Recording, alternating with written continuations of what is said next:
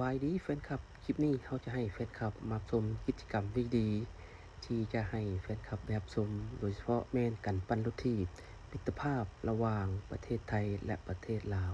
โดยเฉพาะแม่น2แข่งก็คือแข่งนครพนมและแข่งคำมวนซึ่ง2แข่งดังกล่าวมีขัวมิตรภาพเป็นแห่งที่3ที่ได้สร้างสำเร็จแล้วก็ได้มีการพัวพันกันอย่างใกล้ชิดและก็มีการขนส่งสินค้าค้าขายไปมาโดยอาศัยขัวนี้เป็นหลัก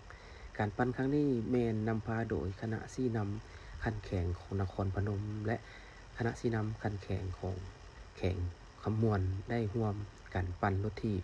ซึ่งนักปั้นมาจากนครพนมประเทศไทยก็ได้ปั้นข้ามขัวเข้ามาทางฝั่งลาว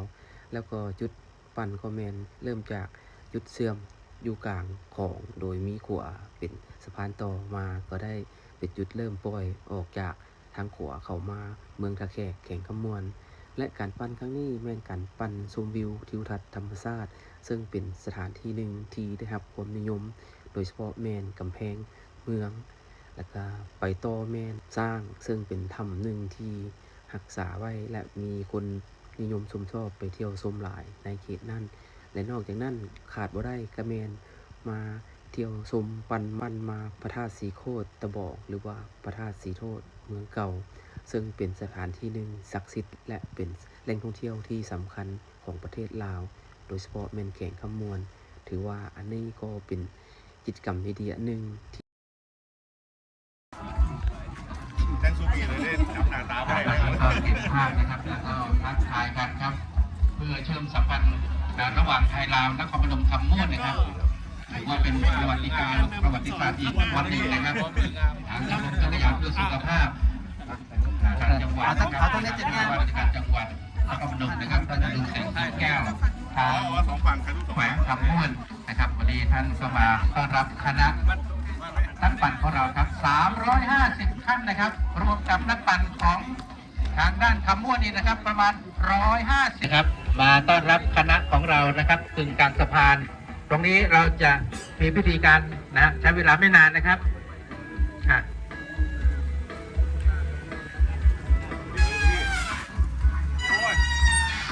เครื่องเสียงเราลงได้ไหม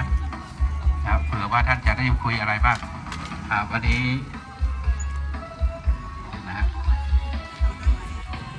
ขออนุญาตนิดหนึ่ง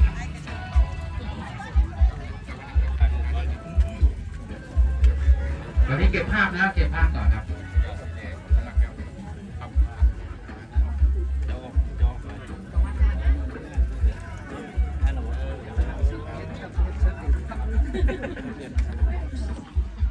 หัวหน้าหนุ่มพร้อมทีมงานของสำนักงานจังหวัดนะครับขอบคุณทางชมรมจักรยานเพื่อสุขภาพและขอบคุณทางโรงพยาบาลกรุงเทพขอนแก่นนะครับศูนย์ประสานงานจังหวัดนครพนม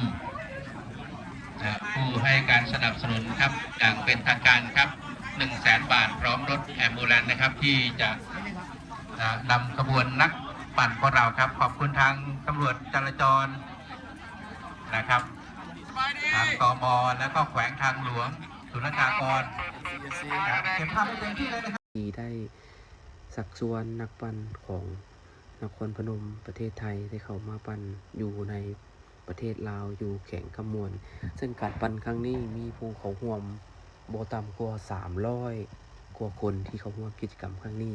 ซึ่งเป็นการปั้นกิจกรรมเพื่อมิตรภาพรักษาสิ่งแวดล้อมและปกปักรักษาแหล่งท่องเที่ยวโดยเฉพาะแมนธรรมชาติและก็สถานที่ประวัติศาสตร์ซึ่งเป็นสิ่งหนึ่งที่เฮ็ดให้เราได้รับรู้และมีความเข้าใจต่อฮีตของประเพณีและการไปมาฉะนั้นการปั้นครั้งนี้ก็มีความหมายความสำคัญหลายซึ่งเป็นการปั้นท่องเที่ยวข้ามประเทศและผ่านมาก็มีทางฝั่งนครพนมได้เชิญของแข่งขมวนนักปั้นเฮาได้ไปปั้นหลายกิจกรรมอยู่ในนครพนมขอขอบใจหลายๆแฟนคลับที่ชมคลิปนี่จนจบหวังว่าคลิปนี้จะเป็นคลิปหนึ่งที่สร้างแรงบันดาลใจให้2แข่งโดยเฉพาะแข่งขมวนและแข่งนครพนมประเทศไทยและประเทศลาวมีความผูกพันสามัคคีและสืบต่อในการพัวพันและก็มีการแหล่งท่องเที่ยวร่วมกันโดยเฉพาะแม่นการปั่นรถถีบเพื่อสุขภาพปั่นรถถีบเพื่อ